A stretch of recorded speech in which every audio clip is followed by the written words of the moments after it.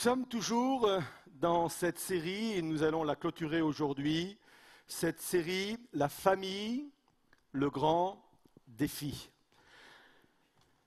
Nous avons passé 6 semaines sur ce thème. Et si nous avons mis ce focus sur ce sujet autant de temps, c'est parce que nous sommes convaincus que la famille sera toujours la base des sociétés. Si dans notre Église, le pôle famille est le pôle le plus développé, au travers du département des aînés, au travers du groupe des femmes, du groupe des hommes, au travers d'Alpha Parents, d'Alpha Couple, au travers des départements jeunesse, ados, enfance. Si nous avons tant de préoccupations à développer ce pôle famille, c'est parce que, encore une fois, nous sommes convaincus que la famille, les familles, sont la base des sociétés. Une famille forte fera une société forte. Une famille forte fera une église forte. Et c'est pour cela que nous voulons mettre vraiment toute notre énergie à partager sur ce sujet. Aujourd'hui, je voudrais clôturer ce thème avec un dernier message que j'ai intitulé « Le défi de la communication ». Alors, il est évident qu'à lui tout seul, ce sujet aurait pu faire l'objet d'une série. Mais je vais simplement aller à l'essentiel. Nous savons que la communication est au cœur des relations humaines. Une bonne communication engendre une bonne relation et vice-versa. Une mauvaise communication engendre de mauvaises relations. Je pense que vous êtes d'accord avec moi pour dire que ce n'est vraiment pas simple de communiquer. Je pense que ça vous est déjà arrivé de dire à quelqu'un « c'est pas ce que je voulais dire ». Tu n'as rien compris à ce que je t'ai dit, ne déforme pas mes propos. Suis-je le seul? Merci de ne pas me laisser seul.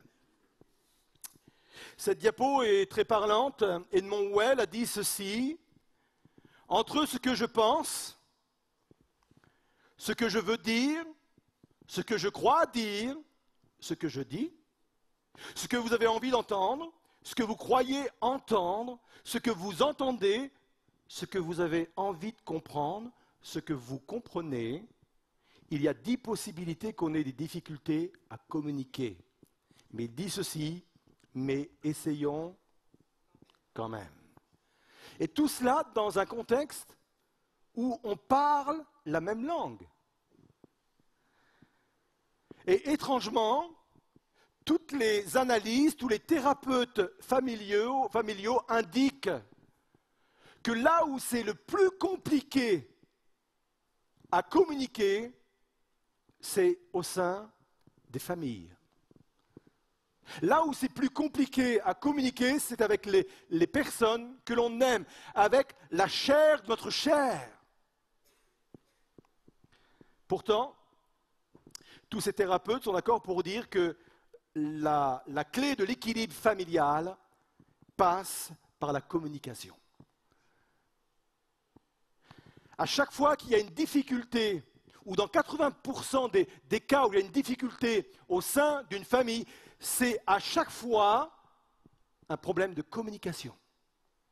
Alors c'est intéressant de pouvoir s'arrêter là-dessus. Derrière cette difficulté à communiquer, il y a une stratégie spirituelle.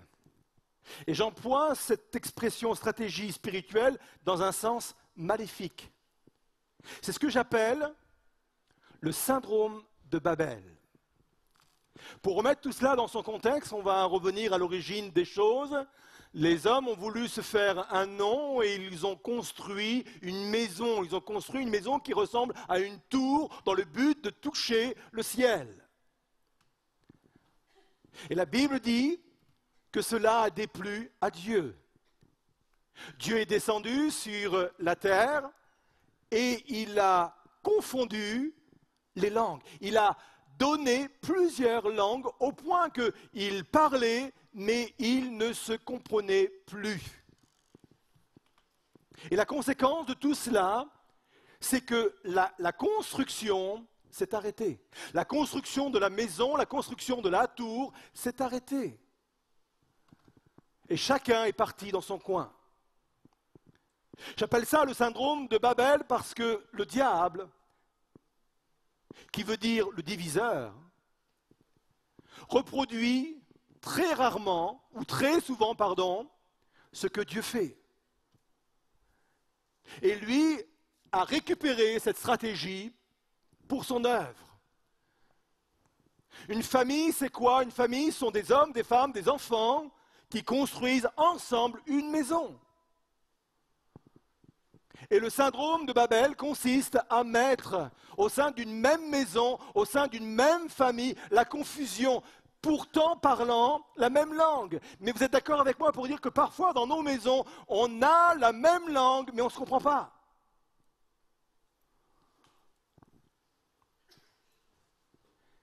Et quand on ne se comprend plus dans une maison, quand on n'arrive plus à dialoguer, à parler, à échanger, la maison s'arrête d'être construite. Et comme c'est vrai pour toute chose sur la terre, quand on ne construit plus quelque chose, ça se détruit naturellement.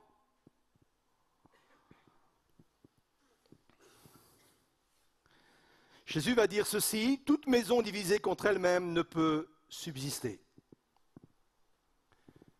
Alors la question que l'on va se poser ce matin est la suivante. Comment relever le défi de la communication? Et je souhaiterais m'arrêter ce matin sur un aspect essentiel de la communication. Et pour cela, nous avons besoin de comprendre l'origine de la communication. C'est très important. La question à se poser est la suivante. Dans quel but Dieu nous a dotés de cette faculté de communiquer? Écoutez bien ceci. Le but de la communication n'est pas la transmission d'informations. Le but premier de la communication, c'est la communion. Retenez bien cela, c'est essentiel dans la communication. Si je cherche à communiquer dans le but de transmettre des informations, je vais rater ma communication. La communication première, c'est communiquer dans le but de communier, d'avoir une communion avec la personne. D'ailleurs, dans la Bible, il n'existe qu'un seul mot pour parler de communication et de communion. Et ce mot, vous le connaissez, j'ai déjà partagé un message là-dessus il y a quelques semaines, quelques mois de cela. Ce mot, c'est le mot koinonia. Quand la Bible parle de communication, elle emploie le mot koinonia, et quand elle parle de communion, elle emploie le même mot koinonia. Koinonia veut dire contribuer à l'ensemble, prendre part à quelque chose, s'associer à un groupe. Il est même dit dans Actes 2, verset 42, que les premiers disciples persévéraient dans la communion fraternelle et littéralement, ils persévéraient dans le koinonia.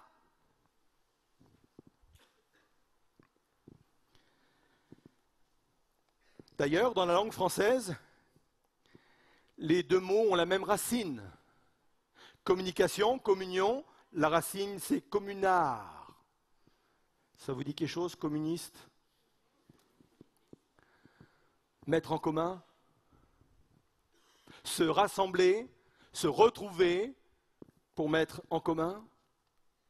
Ce n'est uniquement que vers le XVIIe siècle qu'on a fait une différence entre communication et communion, et on a donné au mot communication plutôt l'aspect de faire part de quelque chose, transmettre quelque chose. Mais à l'origine, ce n'était qu'un seul mot. Comme pour la Bible, comme Dieu l'a voulu au départ.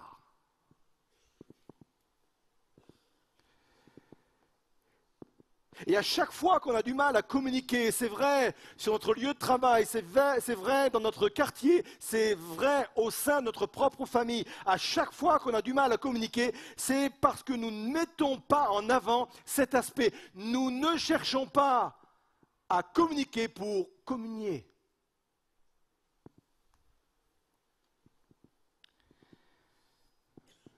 Pourquoi c'est essentiel de mettre cet objectif à chaque fois qu'on veut communiquer? Tout simplement parce que Dieu a inscrit dans notre code génétique cette forme de communication. Quand Dieu a créé le monde, il l'a créé avec sa parole. Vous connaissez ces textes, Dieu dit que la lumière soit, et la lumière fut. Genèse 1, verset 6, Dieu dit qu'il y ait une étendue entre les eaux et qu'elle sépare les eaux d'avec les eaux, et les choses se sont passées comme Dieu l'a dit. Il a communiqué ses ordres. Le monde a été créé uniquement par la parole. Mais l'être humain, lui, a été créé par un acte de communion. L'être humain n'a pas été créé par la parole. Dieu n'a pas communiqué des ordres pour créer l'être humain. Il a été créé par un acte de communion. C'est essentiel. C'est ce qui donne notre ADN aujourd'hui, notre code génétique.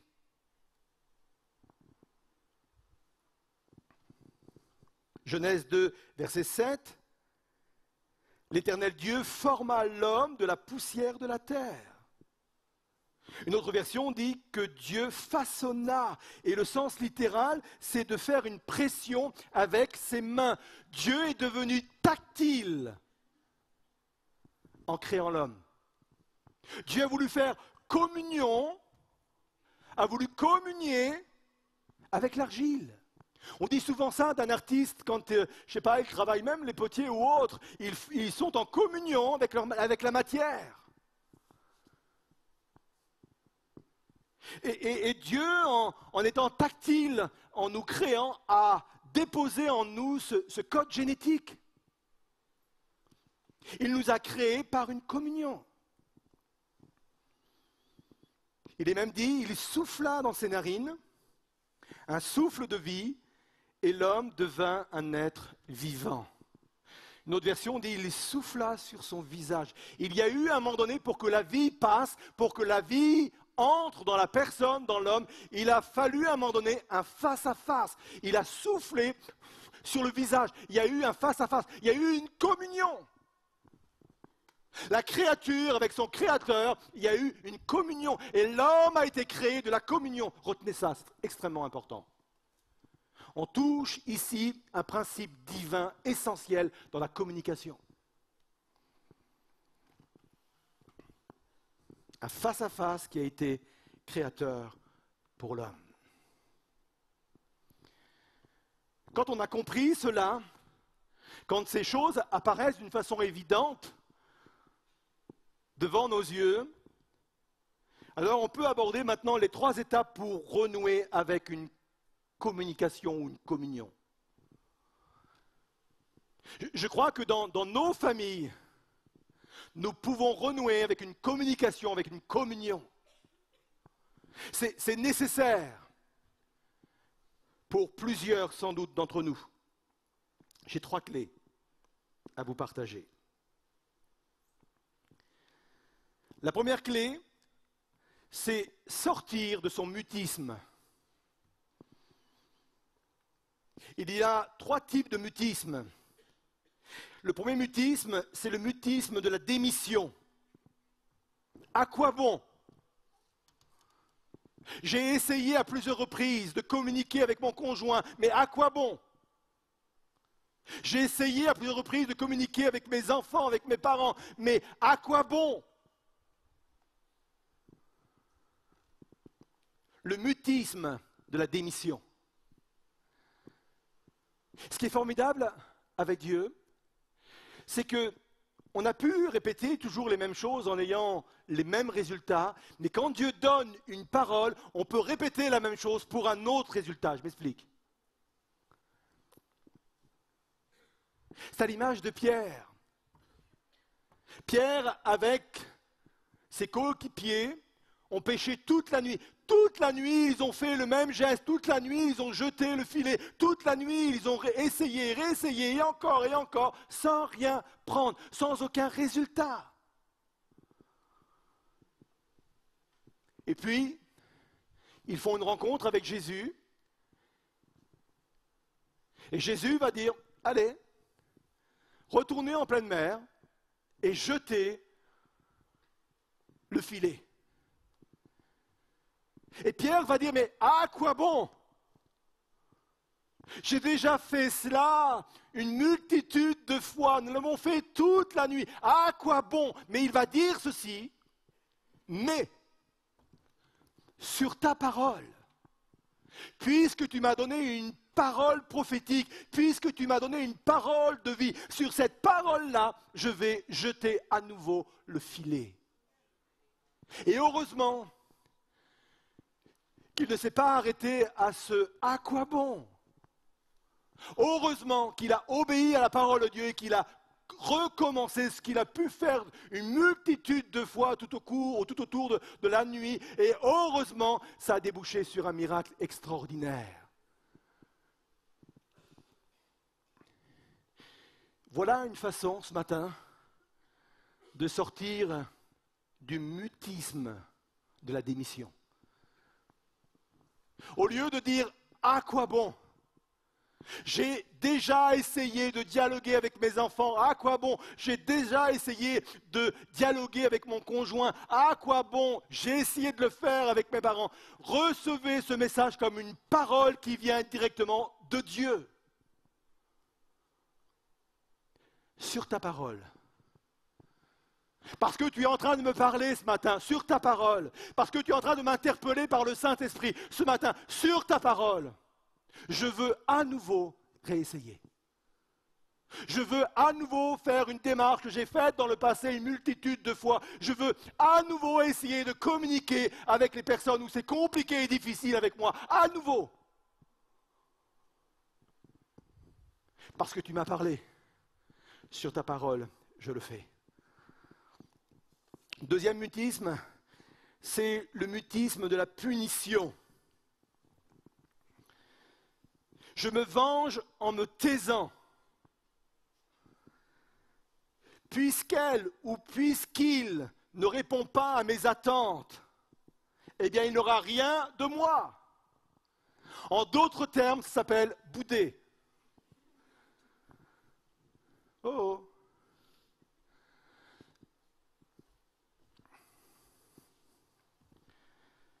C'est le mutisme de la punition.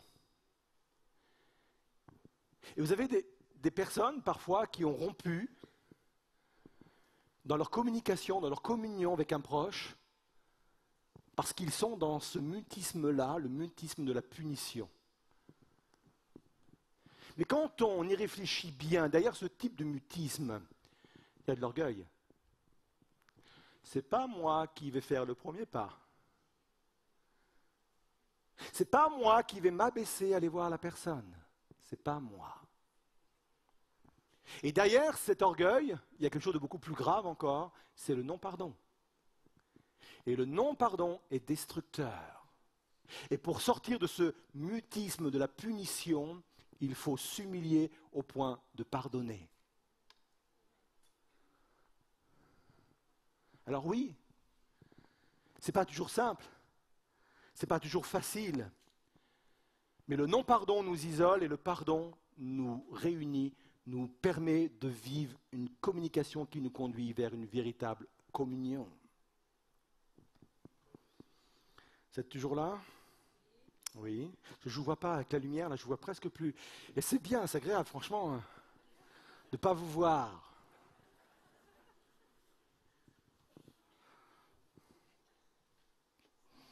Vous ne pouvez pas en dire autant de moi, hein? Il y a aussi, troisièmement, le mutisme de protection. Communiquer, c'est se mettre à découvert. Communiquer, c'est se mettre à nu. On prend le risque d'être incompris. On prend le risque d'être jugé, mal jugé. On prend donc le risque d'être blessé.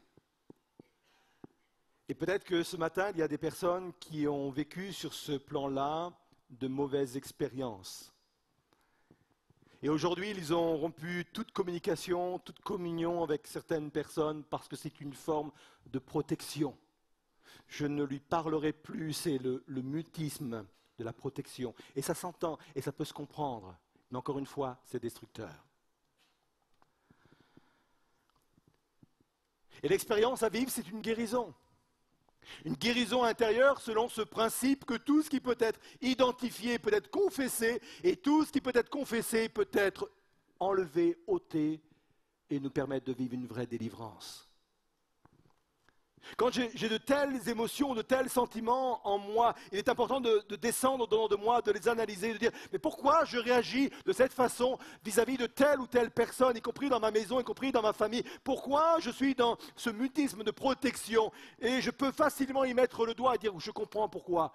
Parce que ça m'a blessé, parce que je suis blessé, je suis fatigué d'entendre des paroles contre moi ou d'être mal compris ou d'être mal jugé. Si je peux confesser cela au fond de mon cœur, croyez-moi, ce qui peut être confessé peut être pardonné, peut être guéri, peut être délivré. C'est un principe extraordinaire. C'est la première clé pour renouer avec une communication qui nous conduit vers une communion. Sortir de son mutisme.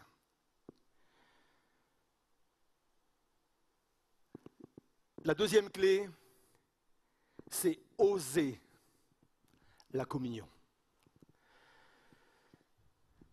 Et j'aime franchement l'exemple de Dieu, de Jésus par rapport à cela. Pendant des années, la communication a été coupée entre nous et Dieu. On le sait, il y avait entre Dieu et nous un reliquat terrible.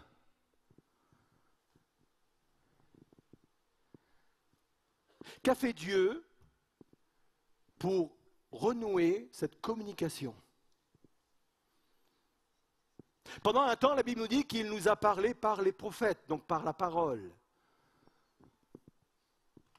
Mais dans un second temps, et j'aime beaucoup cette parole où il est dit, Jean 1, verset 14, « Et la parole qui est Jésus a été faite chair et elle a habité parmi nous. » La Bible Sommeur dit, « Celui qui est la parole est devenu homme et il a vécu parmi nous. » Comprenez bien ce qui est en train de se faire là. Dieu est en train de dire, pendant des années, j'ai parlé, j'ai voulu renouer ma communication avec la terre, avec les êtres humains par la parole. Mais aujourd'hui, je vais le faire par la communion. J'envoie directement mon Fils. Je viens moi-même, au travers de mon Fils, pour renouer la communication par une authentique communion. La parole s'est faite chair. Vous me suivez ?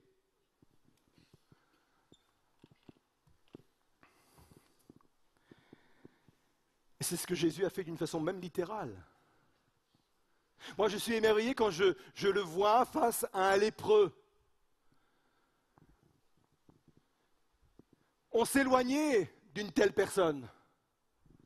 Très souvent, les historiens nous disent que quand quelqu'un était lépreux, il était rejeté de la société. Et parfois, ils avaient une petite clochette et ils devaient crier « impur, impur ». Et tout le monde s'éloignait d'eux parce qu'on ne pouvait pas avoir de contact avec eux. Pas de contact physique.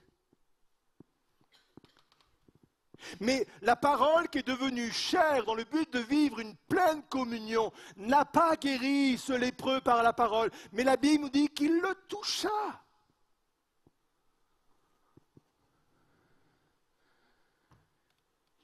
Il ose la communion pour restaurer la communication.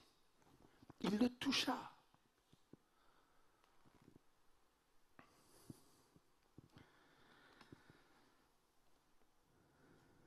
Jésus osait la communion avec les familles.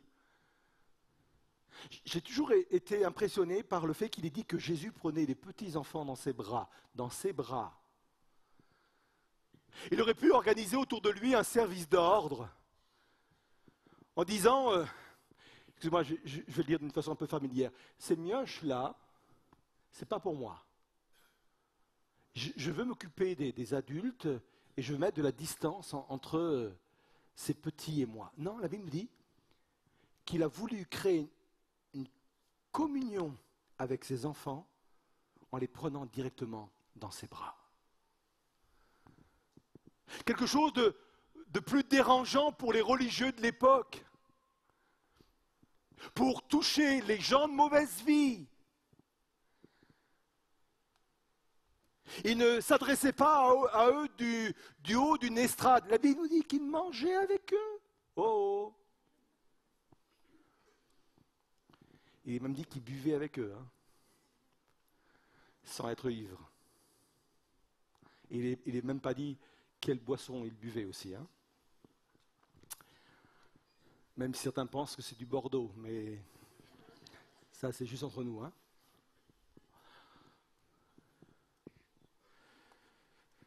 Vous comprenez ce que je suis en train de développer là? La Bible nous dit qu'il a choisi les 12 disciples pour les avoir avec lui.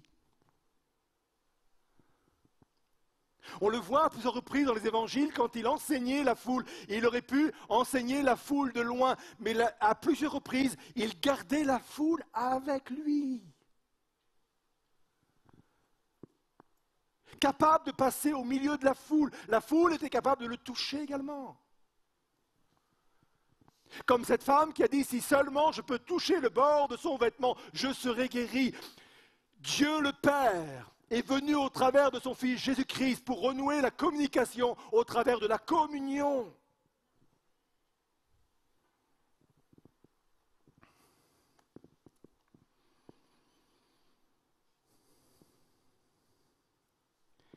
Cet acte de communion est un acte créateur.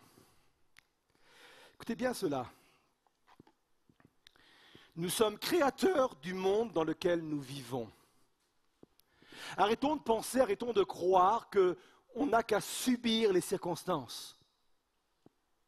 Arrêtons d'être dans une espèce de fatalité, de dire je ne peux pas faire autrement. Écoutez bien ceci, nous sommes créateurs du monde dans lequel je me trouve. Si tu n'es pas content du monde dans lequel tu te trouves, si tu n'es pas content de la maison dans laquelle tu te trouves, tu peux être le créateur d'un nouveau monde ou d'une nouvelle maison. Par un acte de communion. L'homme a été créé par un acte de communion. L'homme a été créé parce que Dieu est devenu tactile. L'homme a été créé parce qu'il y a eu un face-à-face, il y a eu un vis-à-vis. Dieu l'a regardé face à face et a soufflé sur son visage. Parce qu'il y a eu cet acte de communion, l'homme a été créé. C'est pour cela que je redis ce matin, osez la communion. Par la communion, je peux créer un nouvel environnement. Je peux donner à ma maison, je peux donner à ma famille une dimension nouvelle.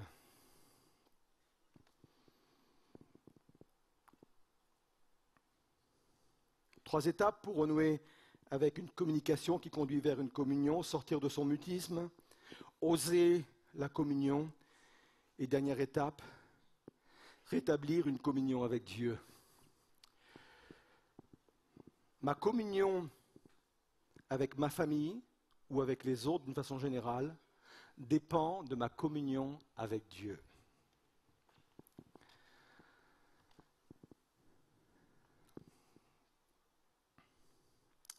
Il est dit de Moïse que l'Éternel lui parlait face à face comme un homme parle à son ami.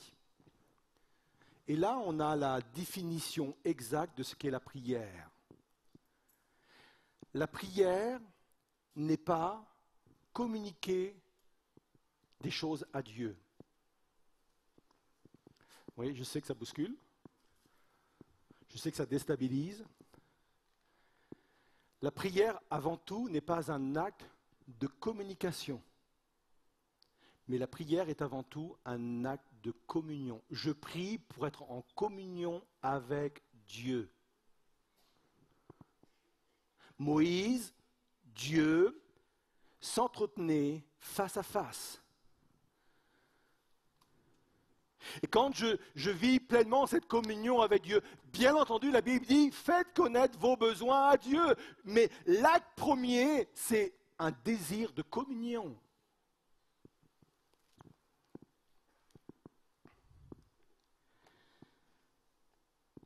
Et si je suis capable de rétablir avec Dieu une communion profonde. Laissez de côté mes communications habituelles, mais recherchez avant tout une communion avec Dieu. Et ensuite, je vais pouvoir lui expliquer mes besoins. Mais en premier, une communion. Si je suis capable d'établir entre Dieu et moi ce type de communion, je vais être expert dans ma communion avec les autres.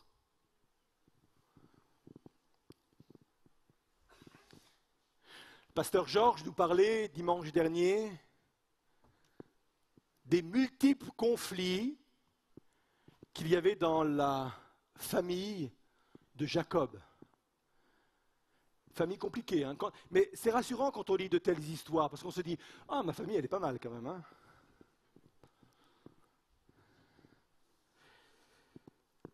Et à un moment donné, il est dit dans Genèse 32, verset 30, Jacob appela ce lieu du nom de Péniel, car, dit-il, j'ai vu Dieu face à face et mon âme a été sauvée. C'était une vraie communion, hein? Même un peu physique. Ça a été très tactile, puisque la Bible dit qu'ils ont même combattu ensemble. Mais en fin de compte, quand on étudie bien le texte, Jacob ne combattait pas contre Dieu, il combattait contre lui-même, en fin de compte.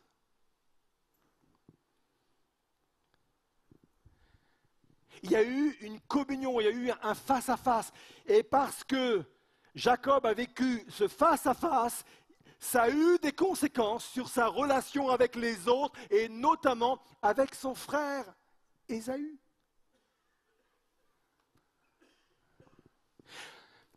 Jacob, dans un premier temps, a essayé de communiquer avec son frère, allez, pour employer une expression un peu moderne, par SMS.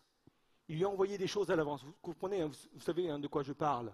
Des présents, il a envoyé des photos, mais en vrai, de sa femme, de ses enfants, etc., pour essayer de préparer le terrain. Mais rien de tout cela n'a fait croître ou grandir cette réconciliation et cette communion. Moi, je crois que cette communion avec Dieu a été capitale dans la vie non seulement de Jacob, mais dans sa famille également. S'il a pu voir son frère et s'ils ont pu tomber littéralement l'un et l'autre dans leurs bras, dans ses bras, dans un respect profond, dans un accueil profond, dans un amour profond, c'est parce que Jacob a eu ce temps de communion avec Dieu lui-même. Si vous voulez que votre communication, votre communion change dans votre propre maison, développez une communion profonde et réelle avec Dieu et la conséquence sera directe. Je vais conclure. Je suis bien conscient qu'un tel sujet, ça mériterait encore une fois une série complète. Mais je veux vraiment appuyer sur ce point. N'oublions jamais le but de la communication. Le but de la communication, c'est de vivre un temps de communion. Et mettez ça même en application, même sur votre lieu de travail. Avant de communiquer quelque chose, allez essayer de vivre un moment de cœur à cœur avec la personne. Vous allez voir que la communication ne va pas être la même. Parce qu'il y a cet ADN dans le cœur de l'homme. Alors je voudrais vous inviter à vous lever à votre place. Et on va rester quelques instants dans le recueillement. Et on va laisser la parole de Dieu et on va laisser le Saint-Esprit faire son œuvre au plus profond de nos cœurs. Parce que nous croyons ce matin qu'il y a quelque chose à vivre dans cette dimension.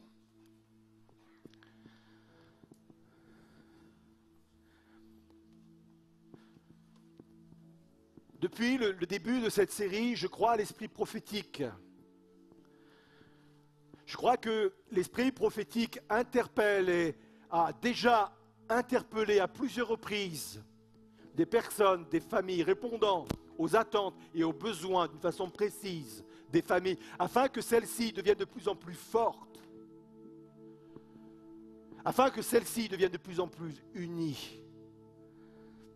Et je crois que ce matin encore, ce message contribue à ce que nous vivions dans nos propres familles le miracle dont nous avons besoin. Sortons de nos mutismes. Quel que soit le type de mutisme auquel je suis confronté, que ce soit un mutisme de démission qui consiste à dire à quoi bon, que ce soit un mutisme de punition parce que je veux me venger au travers de cela, que ce soit un mutisme de protection, sortons.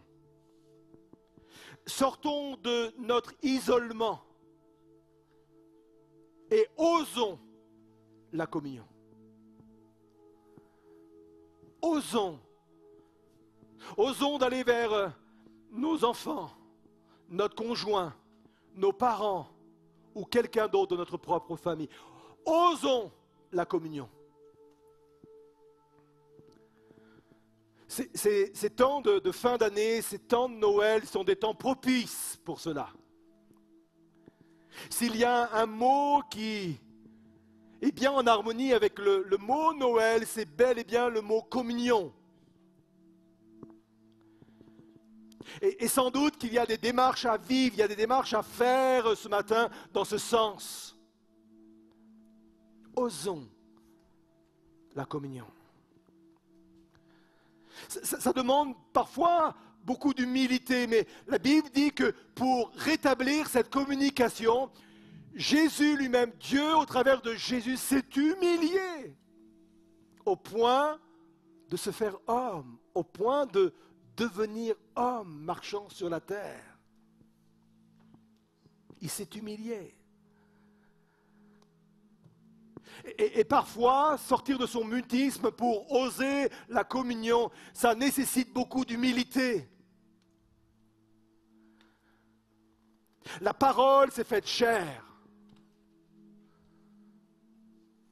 La parole est venue jusqu'à nous. Parce qu'il y avait dans le cœur de Dieu un désir profond de rétablir cette communion. Peut-être que j'ai besoin de descendre de mon ciel, entre guillemets. J'ai besoin de descendre de mon piédestal. J'ai besoin de descendre de ma hauteur. Afin d'aller vivre cette communion. Je peux être le créateur de mon monde. Je peux être le créateur de mon environnement. Je peux être le créateur de ma maison. Par la communion. Par un face-à-face, l'homme a été créé. Par un face-à-face, par un cœur à cœur. Ma maison peut changer. Ma famille peut changer. Je voudrais donner la possibilité à quelques-uns ce matin de faire une démarche de foi, de mettre en application cette parole et demander peut-être de l'aide à Dieu pour que Dieu lui-même vienne changer les sentiments intérieurs des cœurs. Peut-être que quelqu'un ce matin est dans le « à quoi bon ?» J'ai déjà essayé. Je veux croire que Dieu peut mettre une conviction, une parole puissante dans votre cœur, une parole nouvelle dans votre cœur pour que ce « à quoi bon » cesse. Et je crois que Dieu peut vous donner cette conviction et cette parole ce matin. Peut-être qu'il y a des personnes qui ont besoin d'être guéries parce qu'ils ont tellement souffert d'une mauvaise communication, d'une mauvaise communion. Parfois, ça remonte de l'enfance. Parce qu'il y a des parents qui n'ont jamais su, ou plutôt des parents qui n'ont jamais su communiquer avec leurs enfants.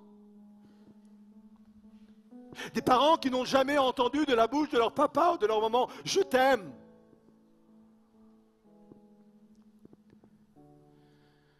Et aujourd'hui, ces personnes sont dans un mutisme de protection. Si quelqu'un a besoin de ce type de guérison, Dieu peut vous l'accorder. Si quelqu'un sait qu'il doit faire une démarche pour aller vers quelqu'un afin de vivre une communion, afin d'être restauré dans une communion et a besoin de la grâce de Dieu, voilà les multiples appels que je vous lance ce matin. Je vous demande d'y répondre en venant sur le devant.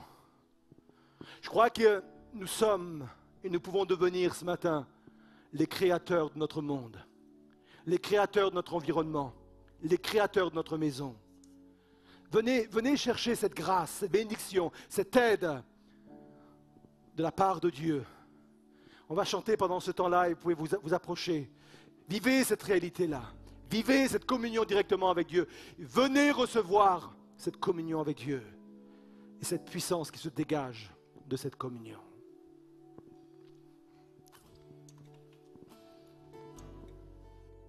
Dieu qui peut rendre la vue est présent tout autour de moi, présent tout autour de moi.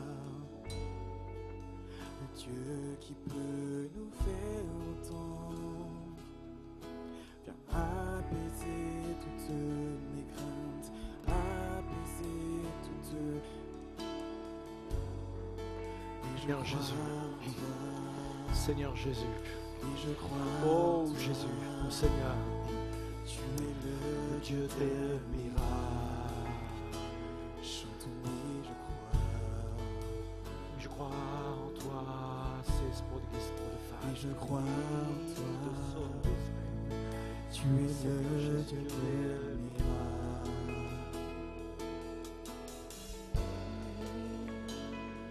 Tu es le Dieu de miracles. Rien n'est impossible à toi. Chantons celui qui défie l'impossible, celui qui défie l'impossible. M'attire à lui, me renouvelle, m'attire à lui, me renouvelle. Celui qui a vaincu la mort, sa vie se répand dans mes rêves. Celui qui défie l'impossible, celui qui défie l'impossible, m'attire à lui, me renouvelle, m'attire à lui, me renouvelle. Celui qui a vaincu la mort, sa vie se répand dans mes veines, sa vie se répand dans mes veines. Oui, je crois en toi. Oui, je crois en toi. Tu es le Dieu de miracles. Chantons, oui, je crois en toi. Oui, je crois en toi. Oui, je crois en toi, Seigneur. Tu es le Dieu de miracles. Oui, je crois en toi. Oui, je crois en toi. Oui, je crois en toi. Tu es le Dieu de miracles.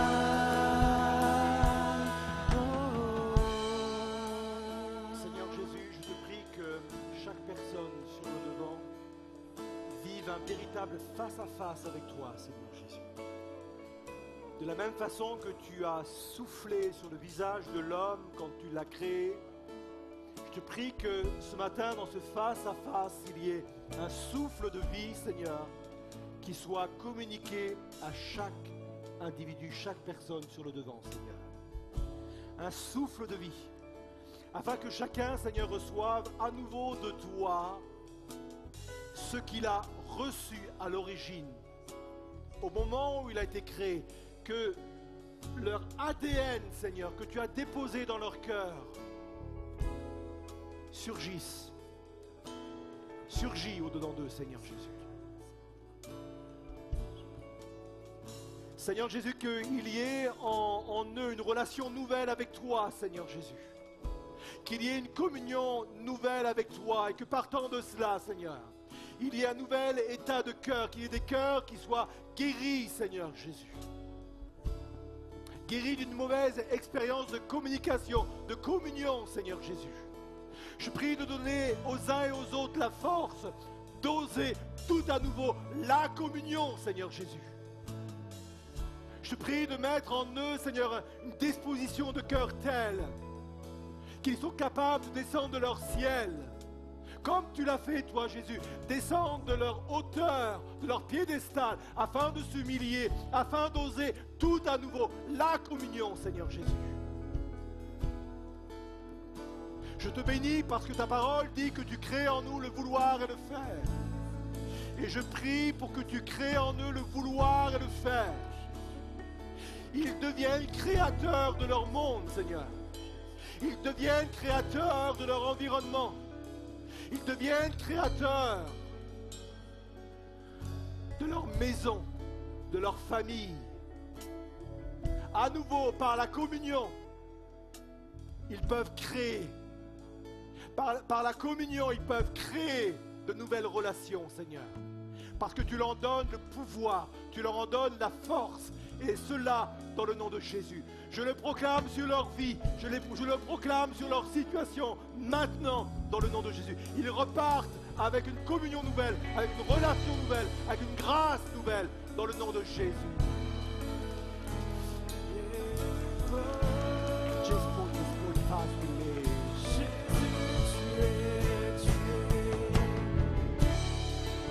Tu es de toute éternité. Dieu puissant ressuscité. Tu es celui qui donne vie. Tu es le Dieu de miracles. Tu es, oh. Tu es de toute éternité. Dieu puissant ressuscité. Dieu puissant ressuscité. Oui, tu donnes la vie. Tu es celui qui donne vie. Tu es le Dieu de miracles. Tu es le Dieu de miracles. Oui, je crois en toi, l'Église déclare. Chantons ensemble.